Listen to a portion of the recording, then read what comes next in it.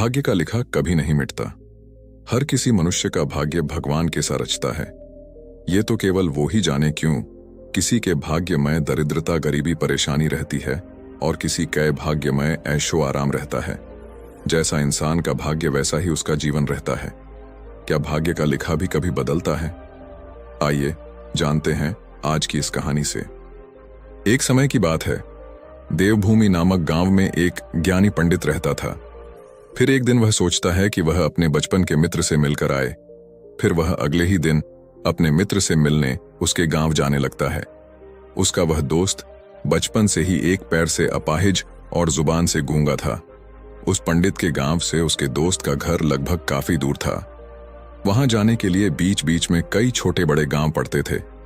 पंडित रास्ते से अपनी खुशी में चल रहा था, क्योंकि वह बड़े दिनों के बाद अपने दोस्त से मिलने जा रहा था। चलते चलते उसकी मुलाकात एक व्यक्ति से होती है, तो वह व्यक्ति भी पंडित के साथ सफर में चलने लगता है। उस आदमी को देखकर पंडित सोचने लगता है, चलो अच्छा हुआ, रास्ता आसानी से कट जाएगा। और पंडित खुशी से उसे व्यक्ति को उसका नाम पूछता है। तो उस व्यक्ति ने अपना नाम धर्मराज बताया। पंडित को यह नाम कुछ अजीब सा लगा, लेकिन उन्होंने नाम के विषय में कुछ ज्यादा उचित नहीं समझा। अब धीरे धीरे दोनों साथ चल रहे थे। तभी रास्ते में एक छोटा गांव आता है। गांव का प्रवेश द्वार आते ही धर्मराज ने पंडित जी से कहता, आप आगे चलो, मुझे इस गांव में एक कार्य है। मैं वह कार्य समाप्त कर कर आगे आपसे मिलता हूं। पंडित कहता है ठीक है, और वह वहां से चलने लगते हैं। कुछ ही देर बाद खबर फैली कि किसी व्यक्ति को बैल ने कुचल दिया है। जैसे ही बैल ने उसे व्यक्ति को कुचल दिया, ठीक कुछ देर बाद ही धर्मराज पंडित के पास वापस आ जाता है। फिर दोनों चलना शुरू कर देते। चलते चलते वह दोनों एक गांव के मुख्य द्वार पर पहुंच जाते हैं। गांव के बाहर एक बहुत ही बड़ा और आलीशान एक घर दिखाई देता है। वहां पर आराम करने की सुविधा काफी बढ़िया लग रही थी। पंडित के दोस्त का घर अभी भी वहां से दूर था, और रात होने के कारण पंडित धर्मराज से कहते हैं, रात होने वाली है, सारा दिन सफर करने से तुम भी थक गए होंगे और भूख भी लग रही होगी, तो यहाँ पर हम भोजन करके यहाँ पर ही विश्राम करते हैं और आगे का सफर हम अगली सुबह जारी रखेंगे। धर्मराज ने कहा, ठीक है, मुझे भी यहाँ पर किसी को कुछ पैसे देने हैं। तुम भोजन करके आराम करो, मैं थोड़ी देर बाद आकर भोजन कर लूंगा। इतना कहकर वह वहां से चला जाता है, लेकिन उसके जाते ही कुछ देर बाद गांव में धुआं उठता हुआ दिखाई देता है, और देखते ही देखते पूरे गांव में आग लग जाती है। पंडित ने हैरानी से सोचा, यह धर्मराज कुछ तो गड़बड़ है।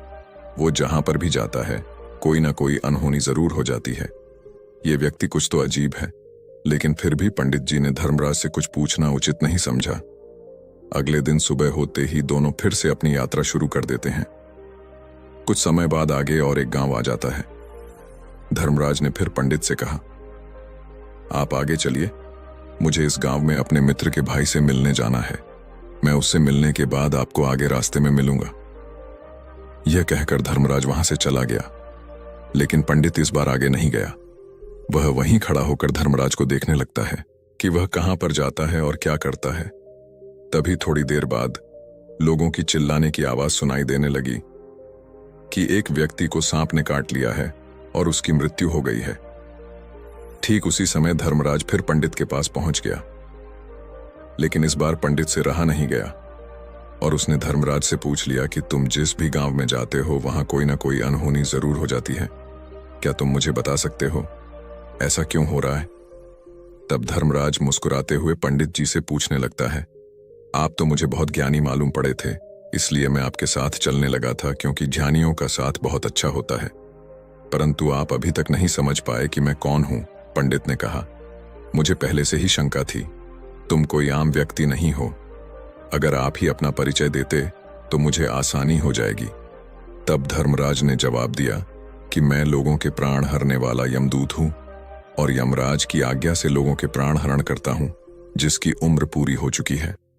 पंडित को पहले से इस बात की आशंका थी, फिर भी धर्मराज के मुंह से बातें सुनकर पंडित जी कुछ क्षण के लिए घबरा गए, लेकिन फिर भी हिम्मत करके पूछते हैं कि अगर तुम सच में कोई यमदूत हो तो मुझे बताओ, अगली मृत्यु किसकी है? धर्मराज ने बड़ी सरलता से जवाब दिया कि अगली मृत्यु तुम्हारे उसी मित्र की है जिससे तुम मिलने जा रहे हो और तुम ही उसकी मृत्यु का कारण बनोगे। यह बातें सुनकर पंडित सहम गया और सोच में पड़ गया कि अगर सच में यह यमराज का भेजा हुआ दूत, तो उसकी बात भी सच होगी और उसके कारण मेरे बचपन के सबसे अच्छे मित्र की मृत्यु हो जाएगी, तो अच्छा ही होगा कि मैं उससे मिलने की बजाय वापस अपने घर चला जाऊं। कम से कम मैं अपने मित्र की मृत्यु का कारण तो नहीं बनूंगा। धर्मराज ने मुस्कुराते हुए कहा, तुम जो सोच रहे हो वह सब मुझे पता है, मगर तुम्हारे अपने मित्र से मिलने जाने से नियति नहीं बदल जाएगी। तुम्हारे मित्र की मृत्यु तो निश्चित है और वह आगे ही कुछ फलों में घटित होने वाली है। महाकाल के मुंह से ऐसी बातें सुनकर पंडित को झटका लगा, क्योंकि महाकाल ने पंडित के मन की बातें पढ़ ली थीं, जो कि एक सामान्य व्यक्ति के लिए संभव नहीं है। अब पंडित को विश्वास हो गया कि यह धर्मराज सचमुच यमदूत ही है। जब पंडित को यहां पूर्ण विश्वास हो गया कि धर्मराज सच में यमदूत है, तो वह घबरा गया। अपने मित्र की मृत्यु का कारण नहीं बनना चाहता था, इसीलिए वह पलटकर अपने गांव की तरफ वापस जाने लगा।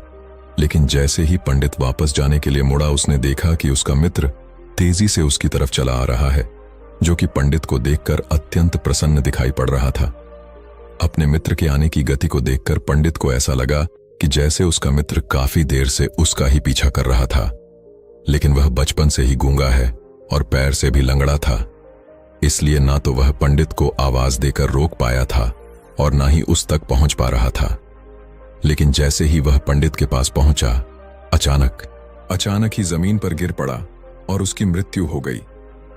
पंडित एकदम से हक्का बक्का होकर धर्मराज की ओर देखने लगा, जैसे कि वह पूछना चाह रहा हो, आखिर क्या हुआ। धर्मराज पंडित के मन में उठे हर प्रश्नों को समझ गया और बोला, तुम्हारे मित्र ने पिछले गांव में ही तुम्हें देख लिया था और मैं वहीं से ही तुम्हारा पीछा कर रहा था, लेकिन गूंगा और लंगड़ा होने की वजह से वहां तुम तक नहीं पहुंच पाया। उसने अपनी पूरी ताकत लगाकर तुम तक पहुंचाने का प्रयास किया, लेकिन बुढ़ापे में बचपन जैसी ताकत नहीं होती, इसलिए उसे दिल का दौरा पड़ गया और यही उसकी मृत्यु का कारण बन गया। वह तुमसे मिलने के लिए अपनी सीमाओं को तोड़कर तुम्हारे पीछे भाग रहा था, इसीलिए अपने मित्र की मृत्यु का कारण भी तुम ही कहलाओगे। अब पंडित को पूर्णतः विश्वास हो गया कि धर्मराज यमदूत है और उसका कार्य जीवों के प्राण हरण करना है। लेकिन पंडित एक समझदार व्यक्ति था। वह यह भी जानता था कि मृत्यु पर किसी का वश नहीं है, सबको एक ना एक दिन मरना ही है। यही सोचकर उसने अपने आप को संभाल लिया और अचानक ही पंडित के मन में अपने मृत्यु के बारे में पूछने की भी इच्छा हुई और धर्मराज से पूछने लगा कि जब मृत्यु मेरे दोस्त की होनी थी तो तुम मेरे साथ क्यों चल रहे थे। यह प्रश्न सुनकर धर्मराज जोर से हंस और बोला, मैं तो हर पल सभी के साथ चलता हूं, किंतु लोग पहचान नहीं पाते, क्योंकि लोगों के पास अपनी समस्याओं के अलावा किसी और व्यक्ति, वस्तु या घटना के बारे में सोचने के लिए समय होता ही नहीं है। पंडित ने कहा, तो क्या तुम यह बता सकते हो कि मेरी मृत्यु कब, कहां और कैसे होगी। महाकाल ने कहा, हालांकि किसी भी सामान्य जीवों के लिए अपने मृत्यु के बारे में जानना ठीक नहीं है, क्योंकि कोई भी जीव हो वह अपने मृत्यु के बारे में जानकर दुखी हो जाता है। तुम ज्ञानी व्यक्ति मालूम पड़ते हो और तुमने जिस तरीके से अपने मित्र की मृत्यु को सहन कर लिया है, उसे देखकर लगता है कि तुम अपनी मृत्यु के बारे में जानकर भी दुखी नहीं होगी। तो तुम्हारी मूर्ति आज से ठीक 6 महीने बाद आज के दिन किसी दूसरे राज्य में फांसी लगने से होगी, और सबसे हैरानी की बात तो यह होगी कि तुम स्वयं ही खुशी से उस फांसी को स्वीकार कर लोगे। इतना कहकर धर्मराज वहां से चला गया, क्योंकि अब धर्मराज के पास पंडित के साथ चलते रहने का कोई कारण नहीं था। इसके बाद पंडित ने अपने मित्र के शरीर का अंतिम संस्कार किया और उसके क्रियाकर्म करके अपने गांव वापस आ गया। लेकिन कोई व्यक्ति कितना भी ज्ञानी क्यों ना हो, अपनी मृत्यु के बारे में जानकर दुखी तो होता ही है और मृत्यु से बचने का कोई ना कोई उपाय भी खोजता है। तो पंडित भी इसी तरह बचने का उपाय सोचा। पंडित ने भी वही किया। क्योंकि पंडित विद्वान था, इसलिए उसकी पहचान उस राज्य के राजा तक थी। पंडित ने सोचा कि राजा के पास तो कई सारे ज्ञानी मंत्री हैं, वह मेरी मृत्यु से संबंधित समस्या का कोई ना कोई समाधान निकाल ही लेंगे। पंडित यही सोचता हुआ राज दरबार में पहुंच जाता है और राजा से सारी घटना के बारे में बताता है। राजा ने अपने मंत्रियों को सारी समस्या बताई और उनसे सलाह मांगी।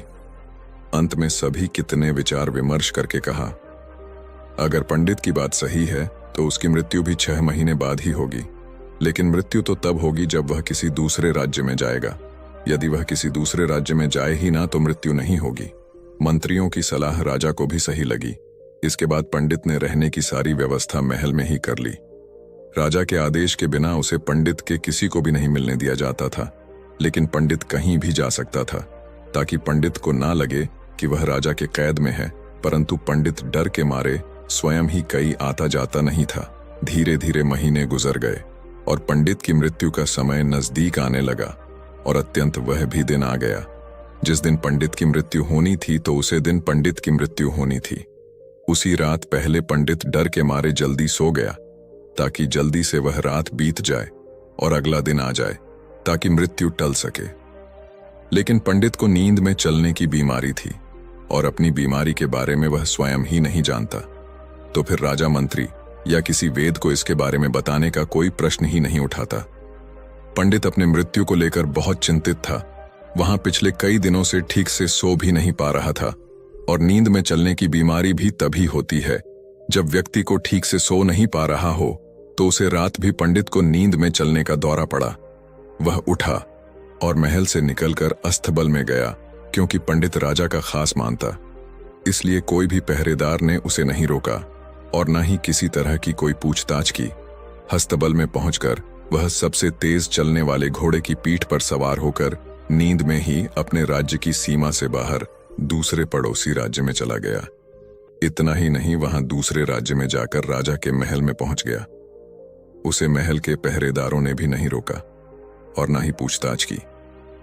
सभी लोग रात्रि के अंतिम प्रहार होने के कारण गहरी नींद में थे। वह पंडित सीधे राजा के सैन्य कक्ष में पहुंच गया, और राजा रानी सो रहे थे। वहीं पर पंडित भी जाकर सो गया। सुबह हुई तो राजा ने पंडित को रानी के बगल में सोया हुआ देखा, तो वह बहुत क्रोधित हुआ। राजा ने पंडित को कैद करने का आदेश दिया। पंडित गिरफ्तार हो गया, लेकिन पंडित तो बहुत चक्का था। उसे तो कुछ समझ नहीं आ रहा था कि आखिर वह दूसरे राज्य में और राजा सैन्य में कैसे पहुंचा। लेकिन वह उसकी यह सब सुनने वाला कोई नहीं था। राजा ने पंडित को दरबार में पेश करने का आदेश दिया। कुछ देर बाद उसे पंडित को दरबार लाया गया। पंडित को देखते ही राजा इतना आग बबूला हो गया कि उसे फांसी पर चढ़ा देने का हुक्म सुना दिया। फांसी की सजा सुनकर पंडित कब गया, लेकिन फिर भी थोड़ी सी हिम्मत जताकर राजा से बोला, है महाराज, मैं नहीं जानता कि मैं राजमहल कैसे पहुंचा। मैं यह भी नहीं जानता कि आपके सामने कक्ष तक कैसे आए। आपके महल के किसी पहरेदार या सैनिक ने मुझे रोक क्यों नहीं। लेकिन इतना जरूर जानता हूं, आज मेरी मृत्यु होने वाली ही थी, जो आज होने जा रही है। राजा को यह बात थोड़ी अजीब लगी। उसने पंडित से पूछा, तुम्हें कैसे पता कि आज तुम्हारी मृत्यु होनी है। राजा के इस प्रश्न का जवाब में पंडित ने पिछले 6 महीने का सारा वाकया राजा को सुना दिया और बोला, महाराज, मेरा क्या, किसी भी सामान्य व्यक्ति का एहसास नहीं होगा कि राजा के सैन्य कक्षा में जाकर राजा की उपस्थिति में रानी के साथ सो जाए। राजा को पंडित की बात में थोड़ा तर्क दिखाई पड़ा, परंतु उसने सोचा कि यह मृत्यु से बचने के लिए धर्मराज और उसके द्वारा अपनी मृत्यु की भविष्यवाणी की कहानी बन रहा। हे राजा ने पंडित से कहा, यदि तुम्हारी बात सत्य है और आज तुम्हारे मृत्यु का दिन है, जैसा कि धर्मराज ने तुम्हें बताया था, आज तुम्हारे मृत्यु का कारण मैं नहीं बोलूंगा। लेकिन यदि तुम्हारी बात झूठी निकली तो निश्चित ही आज तुम्हारी मृत्यु का दिन होगा, क्योंकि जिस राज्य से पंडित आया था उसे राज्य का राजा इस राजा का मित्र था। इसीलिए राजा ने तुरंत अपने सैनिकों को पड़ोसी राजा के पास भेजकर पंडित की बात की सत्यता का प्रमाण मांगा। भेजे गए सैनिक शाम तक लौटे और उन्होंने राजा को बताया कि महाराज, पंडित जो कुछ भी कह रहा है और सब सत्य है। पड़ोसी राज्य के राजा से पिछले 6 महीने से पंडित के रहने की सारी व्यवस्था अपने ही महल में रखी थी। पंडित राजा का खास मेहमान था।